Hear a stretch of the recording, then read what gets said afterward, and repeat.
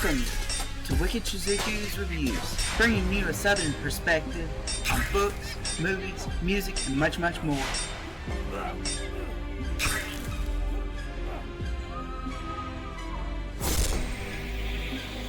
Stick around for a while, you just might hear something wicked.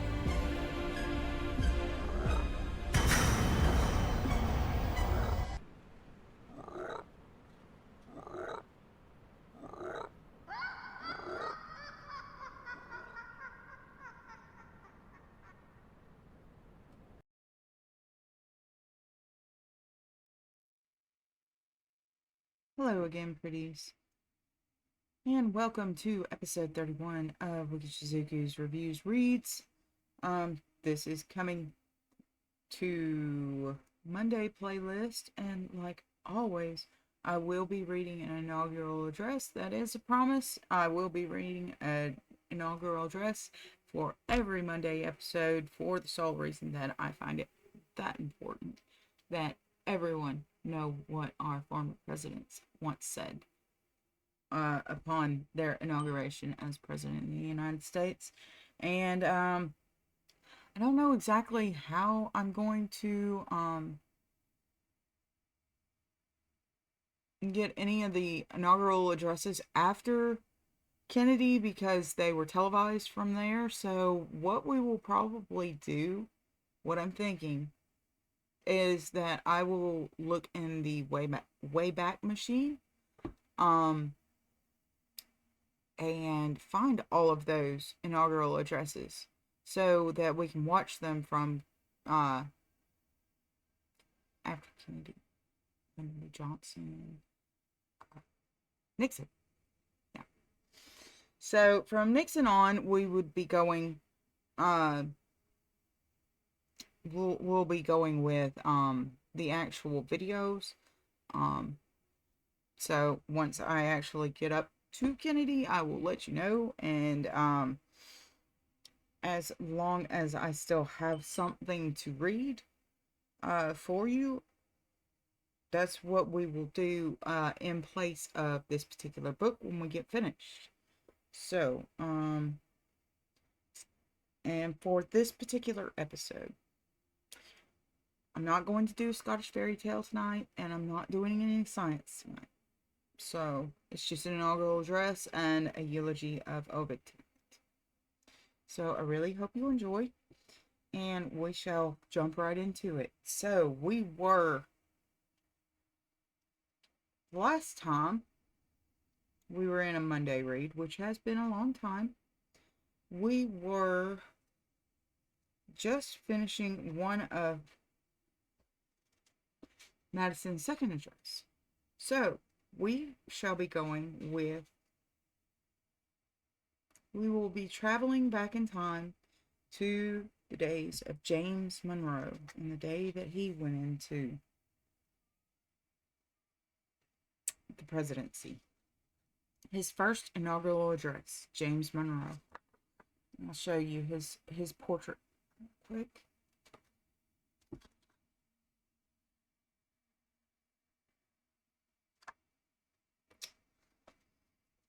James Monroe, first inaugural address, March 4th, 1817. Now, isn't that interesting? It's no longer, or it was before the days of January 20th, correct? So, anyhow, March 4th, 1817. I should be destitute of feeling if I was not deeply affected by the strong proof which my fellow citizens have given me of their confidence in calling me to the high office whose function I am about to assume, as the expression of their good opinion of my conduct in the public service. I derive from it a gratification which those who are conscious of having done all that they could to merit it can alone feel.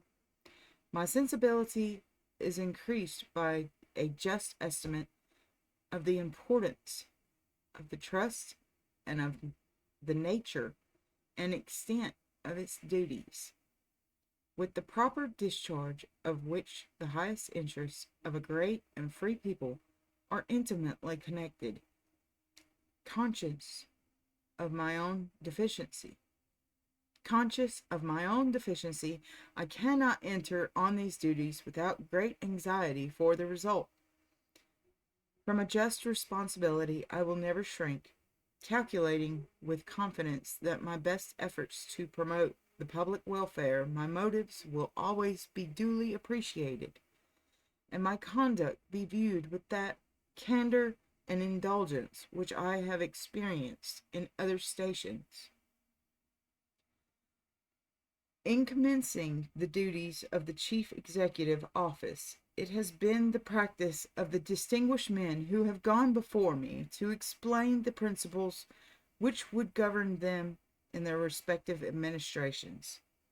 In following their venerated example, my attention is naturally drawn to the great causes which have contributed in a principal degree to produce the present happy condition of the United States. They will best explain the nature of our duties and shed light on the policy which ought to be pursued in the future. From the commencement of our revolution to the present day, almost 40 years have elapsed, and from the establishment of this Constitution, 28. Though this whole term of the government has been what may emphatically be called self-government, and what has been the effect? To whatever object we turn our attention, whether it relates to our foreign or domestic concerns, we find abundant cause to felicitate ourselves in the excellence of our institutions. During a period fraught with difficulties and marked by very extraordinary events, the United States have flourished beyond example. Their citizens individually have been happy and the nation prosperous. Under this Constitution, our commerce has been wisely regulated with foreign nations and between the states. New states have been admitted to our Union. Our territory has been enlarged by fair and honorable treaty, and with great advantage to the original states, the states respectively protected by the national government under a mild parental system against foreign dangers, and enjoying within their separate spheres, by a wise partition of power, a just proportion of the sovereignty, have improved their police, extended their settlements, and attained a strength and maturity which are the best proofs of wholesome laws well administered. And if we look to the condition of individuals, what a proud spectacle does it exhibit! On whom has oppression fallen in any quarter of our Union? Who has been deprived of any right of person or property? Who restrained from the offering his vows in the mode which he prefers to the divine author of his being? It is well known that all these blessings have been enjoyed in their fullest extent, and I add with particular satisfaction that there has been no example of a capital punishment being inflicted on anyone for the crime of high treason.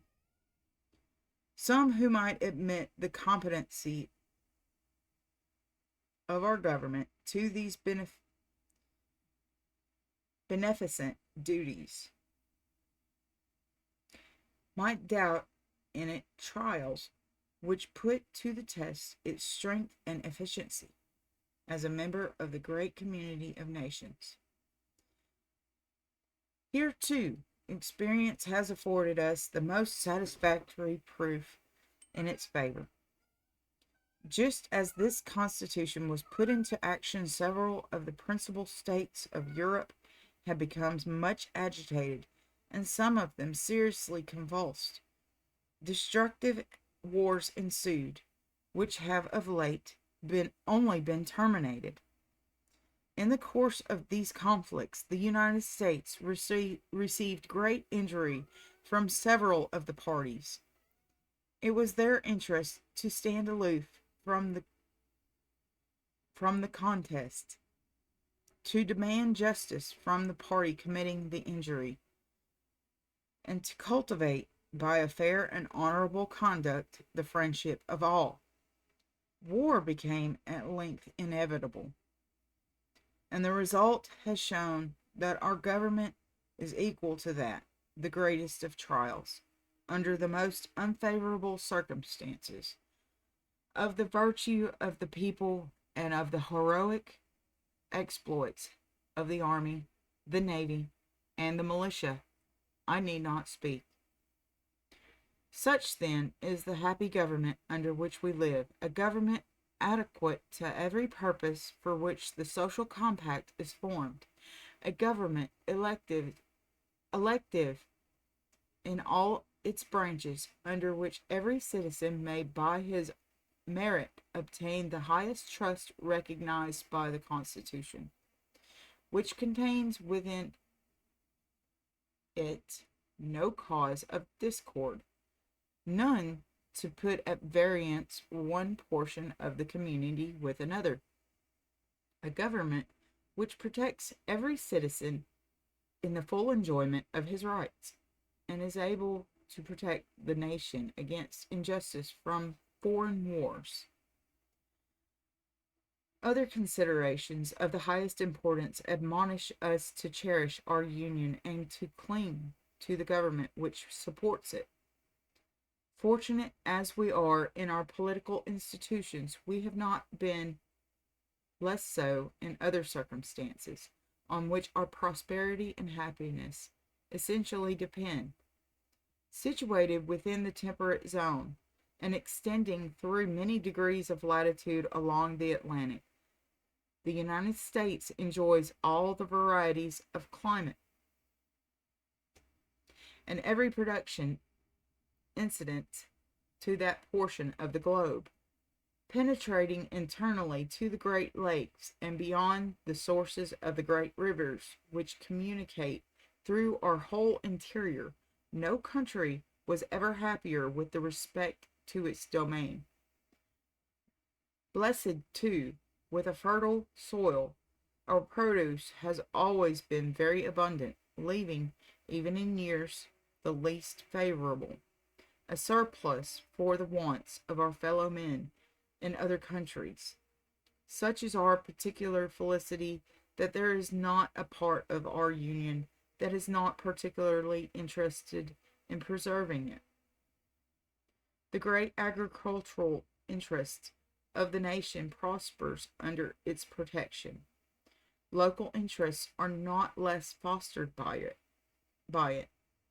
Our fellow citizens of the North engaged in navigation find great encouragement in being made the favored carriers of the vast productions of the other portions of the United States, while the inhabitants of these are amply recompensed in their turn by the nursery for seamen and naval force thus formed and reared up for the support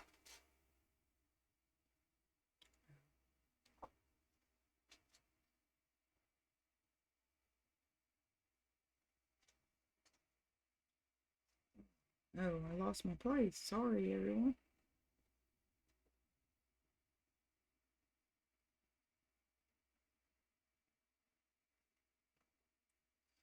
Okay, sorry about that. I found it.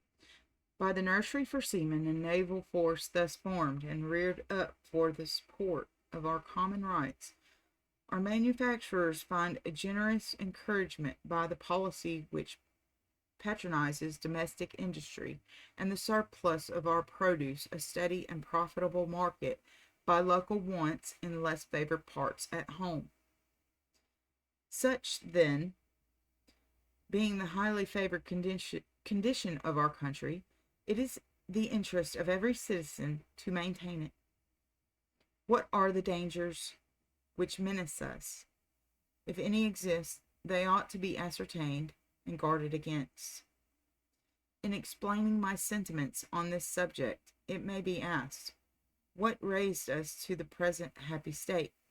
How did we accomplish the revolution? How remedy the defects of the first instrument of our union? By infusing into the national government sufficient power for national purposes, without impairing the just rights of the states or affecting those individuals. How sustain and pass with glory through the late war?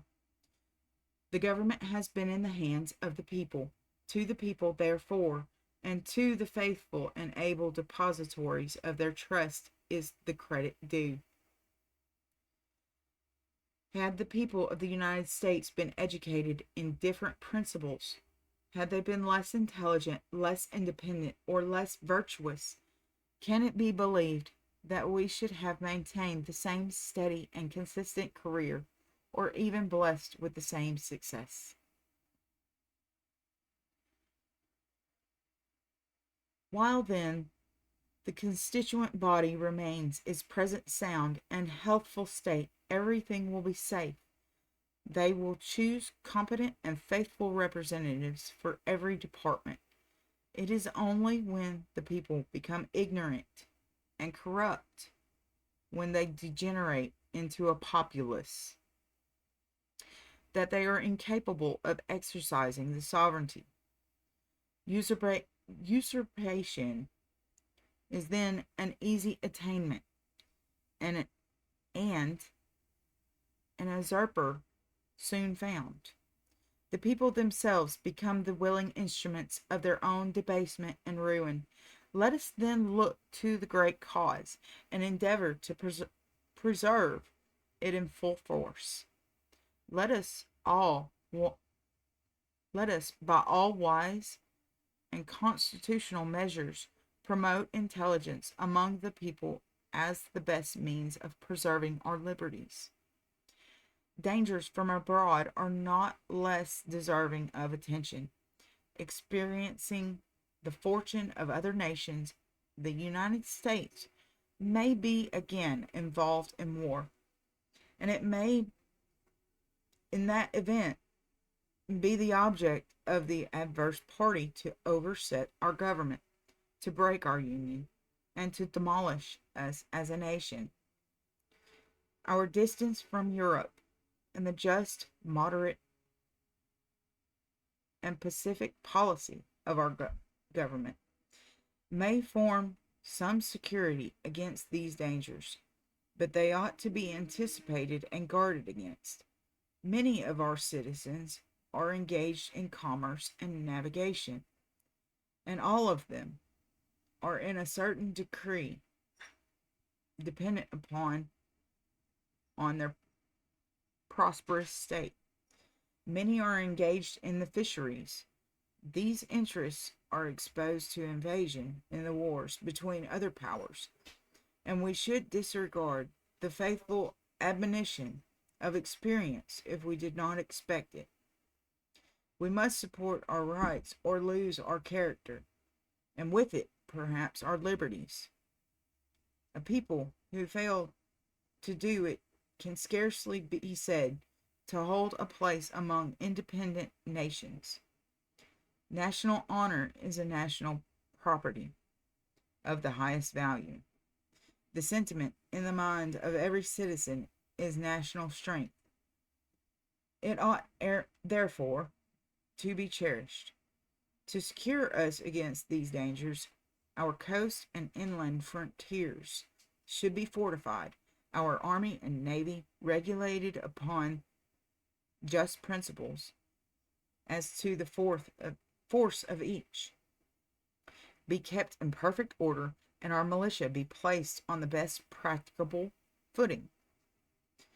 To put our extensive coast in such a state of defense is to secure our cities and interior from invasion will be attended with expense, but the work, when finished, will be permanent.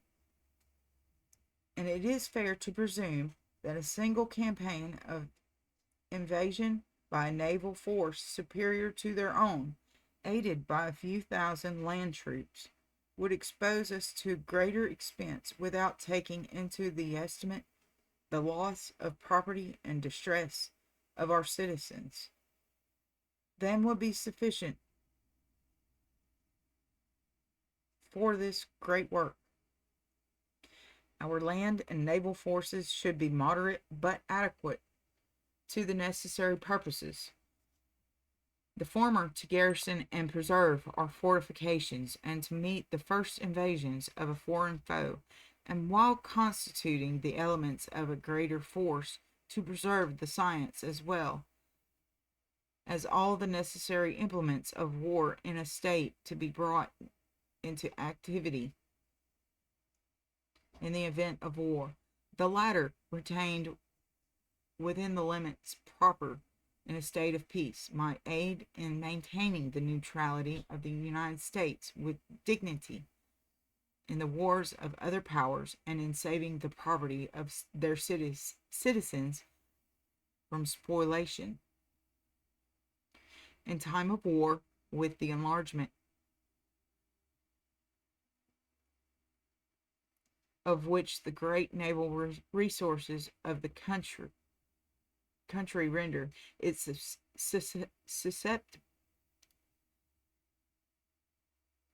susceptible, and which should be duly fostered in time of peace, it would contribute essentially both as an auxiliary of defense and as a powerful engine of annoyance, to diminish the calamities of war and to bring war to a speedy and honorable termination.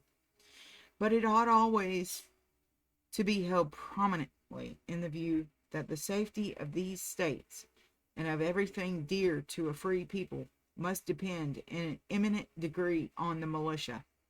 Invasion may be made too formidable to be resisted by any land and naval force which it would comport either with the principles of our government or the circumstances of the United States to maintain.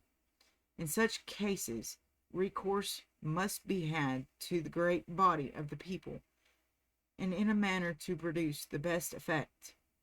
It is of the highest importance, therefore, that they be so organized and trained as to be prepared for an emergency.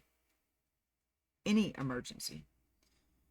The arrangement should be such as to put at the command of the government the ardent patriotism and youthful vigor of the country. If formed on equal and just principles, it cannot be oppressive. It is the crisis which makes the pressure, and not the laws which provide a remedy for it. This arrangement should be formed, too, in time of peace, to be the better prepared for war. With such an organization of such a people, the United States have nothing to dread from foreign invasion. At its approach, an overwhelming force of gallant men might always be put in motion. Other interests of high importance will claim attention, among which the improvement of our country by roads and canals, proceeding always with the constitutional sanction, holds a distinguished place.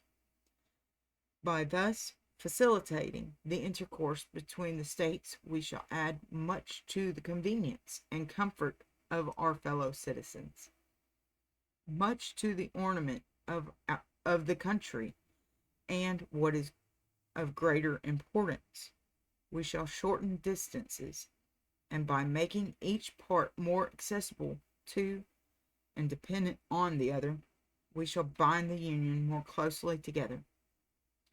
Nature has done so for us by intersecting the country with so many great rivers, bays, and lakes, approaching from distant points so near to each other, that the inducement to complete the work seems to be particularly strong.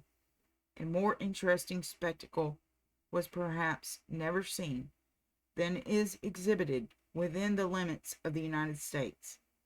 A territory so vast and advantageously situated, containing objects so grand, so useful, so happy, connected in all their parts.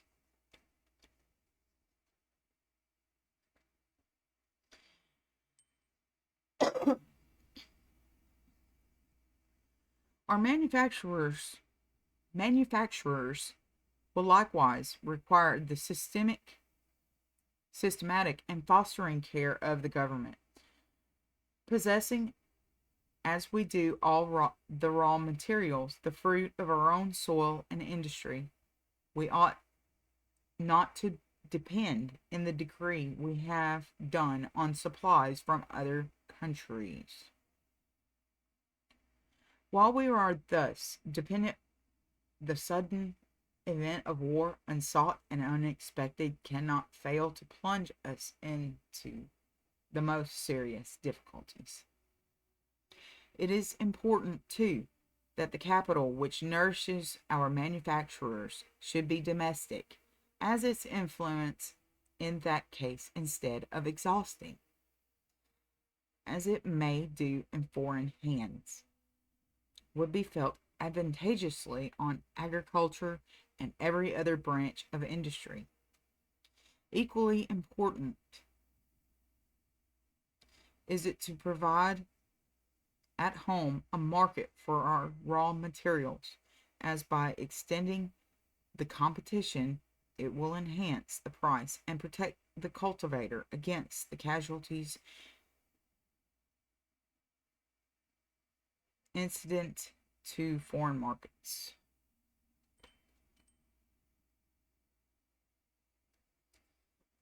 With the Indian tribes, it is our duty to cultivate friendly relations and to act with kindness and liberality in all our transactions. Equally proper is it to persevere in our efforts to extend to them the advantages of civilization. The great amount of our revenue and the flourishing state of the Treasury are full proof of the competency of the national resources for any emergency, as they are of the willingness of our fellow citizens to bear the burdens which the public necessities require.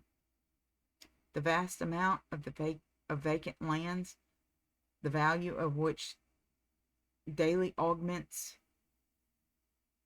forms an additional resource of great extent and duration.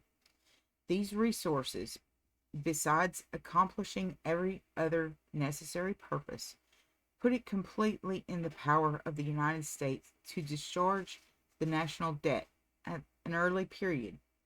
Peace is the best time for improvement and preparation of every kind. It is in peace that our commerce flourishes most, that taxes are most easily paid, and that the revenue is most productive. The executive is charged officially in the departments under it with the disbursement of the public money, and is responsible for the faithful application of it to the purposes for which it is raised. The legislator is the watchful guardian over the public purse. It is its duty to see that the disbursement has been honestly made, to meet the requisite responsibility. Every facility should be afforded to the executive to enable it to bring the public agents entrusted with the public money strictly and promptly to account. Nothing should be presumed against them, but if, with the requisite facilities, the public money is suffered to lie long and uselessly in their hands, they will not be the only defaulters, nor will the demoralizing effect be confined to them. It will evince a relaxation and want of tone in the administration, which will be felt by the whole community. I shall do all I can to secure economy and fidelity in this important branch of the administration, and I doubt not that the legislature will perform its duty with equal zeal. A thorough examination should be regularly made, and I will promote it. It is particularly gratifying to me to enter on the discharge of these duties at a time when the United States are blessed with peace. It is a state most consistent with their prosperity and happiness. It will be my sincere desire to preserve it so far as depends on the executive, on just principles with all nations, claiming nothing unreasonable of any, and rendering to each what it is due. Equally gratifying is it to witness the increased harmony of opinion which pervades our Union. Discord does not belong to our system. Union is recommended as well by the free and benign principles of our government, extending its blessings to every individual, as by the other eminent advantages attending it. The American people have encountered together great dangers and sustained severe trials with success. They constitute one great family with a common interest. Experience has enlightened us on some questions of essential importance to the country.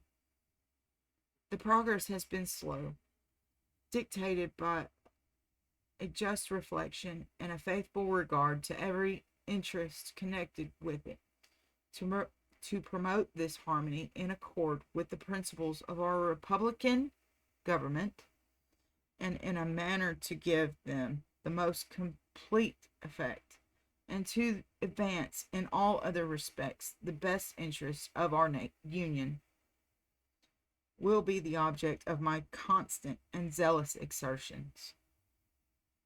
Never did a government commence under auspices so favorable, nor ever was success so complete. If we look to the history of other nations, ancient or modern, we find no example of a growth so rapid, so gigantic of a people, so prosperous and happy.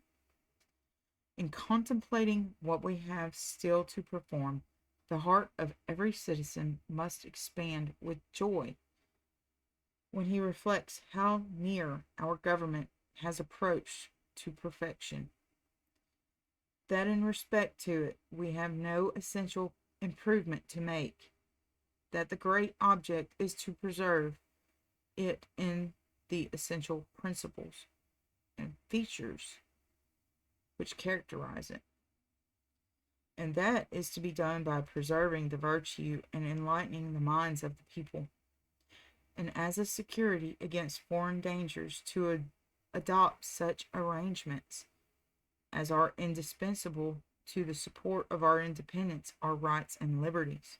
If we preserve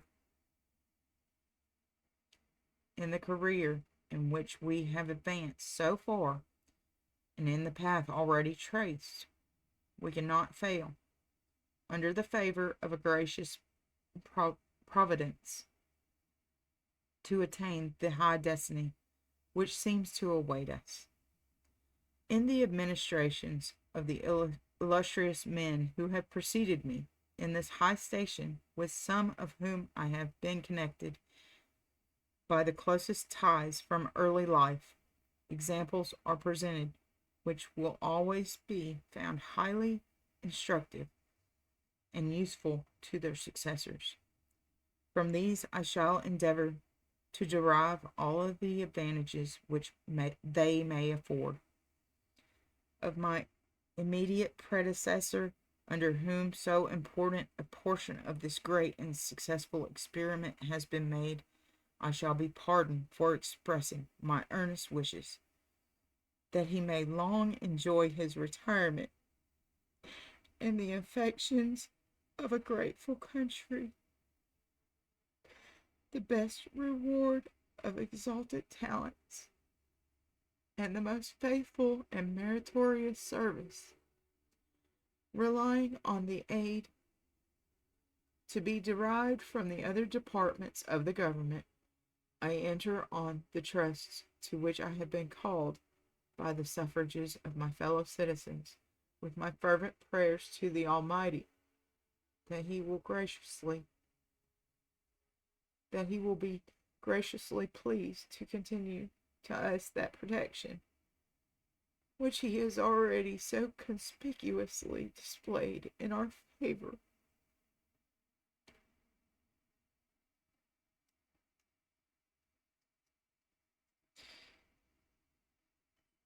So Mr. Monroe really admired Mr. Madison. And I definitely relate with that. So, I'm going to dry my tears, take a short break.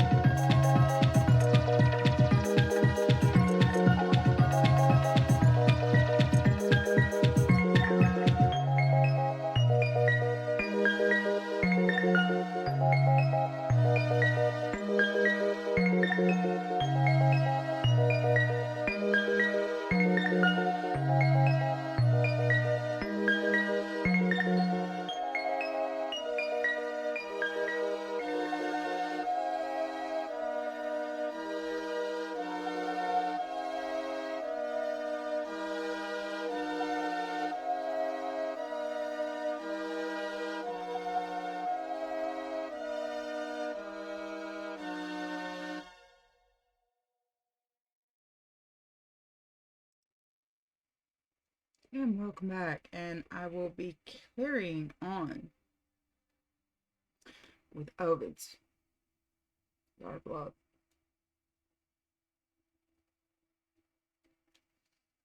So, Eulogy number 9.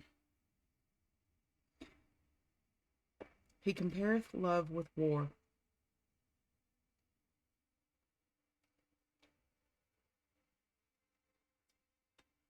Thy lover is a soldier, and Cupid hath his camp.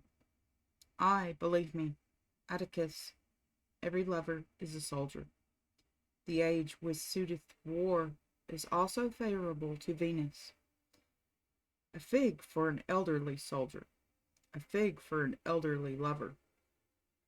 The age which generals demand in a brave soldier is the age which a fair young woman demands in the possessor of her charms. Soldier and lover have each their vigil to keep. Both couch upon the hard ground. Both have their watch to keep. The one at the door of his mistress, the other at the door of his general. What a weary way the soldier hath to march!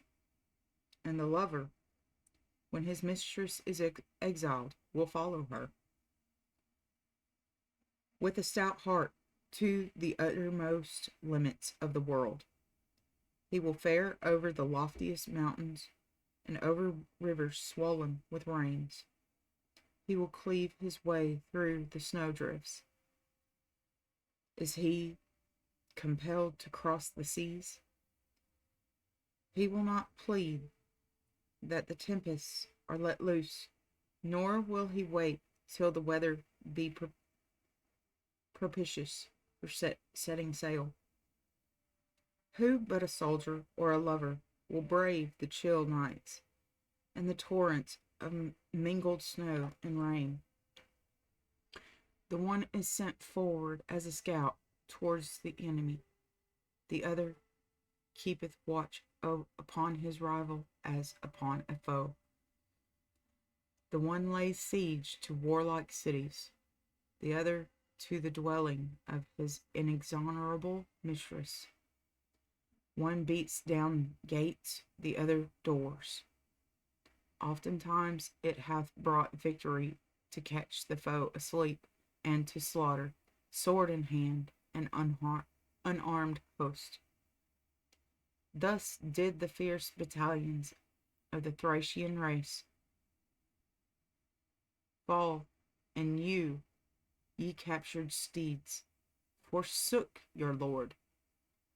So too, a lover oft is able to profit by the husband's slumbers, and to turn his arms against the sleeping foe, to elude the vigilance of watchmen and sentinels is ever the perilous task alike of the soldier and the lover. Mars is uncertain, and in Venus there is nothing sure. The conquered rise up again, and those you would deem could never be overthrown fall in their turn. No longer then let love be held by a little thing. Love demandeth a resourceful mind. Achilles burns, Fabrius is torn from his embraces. Trojans, while his grief allows, smite ye the Grecian host. Fresh from Andromache's embraces, Hector went forth to battle. 'Twas his spouse who placed his helmet on his head when he beheld the daughter of Priam, her tresses floating in the wind, the son of Atreus. The first of all the Grecian chiefs stood, they say, lost in admiration. Mars himself was caught in the chains which Vulcan had forged. No tale made a greater stir in heaven than this. I myself was slothful and not born for work. My bed and sleep had softened my spirit, but love, for a commonly young woman, set a term to my indolence. She enjoined me to make my first campaign in her service. Since then, thou seest me ever active, and always busy with some nocturnal adventure. Thou wouldst not be a sluggard. Well then, love a woman.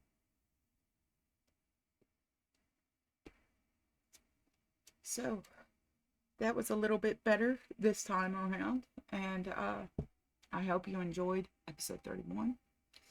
And if you have any questions, please leave in the comments below, and I will get back to you as soon as possible. And if you found this educational, please like, subscribe, and share. I hope you have a wonderful evening. Good night, everyone.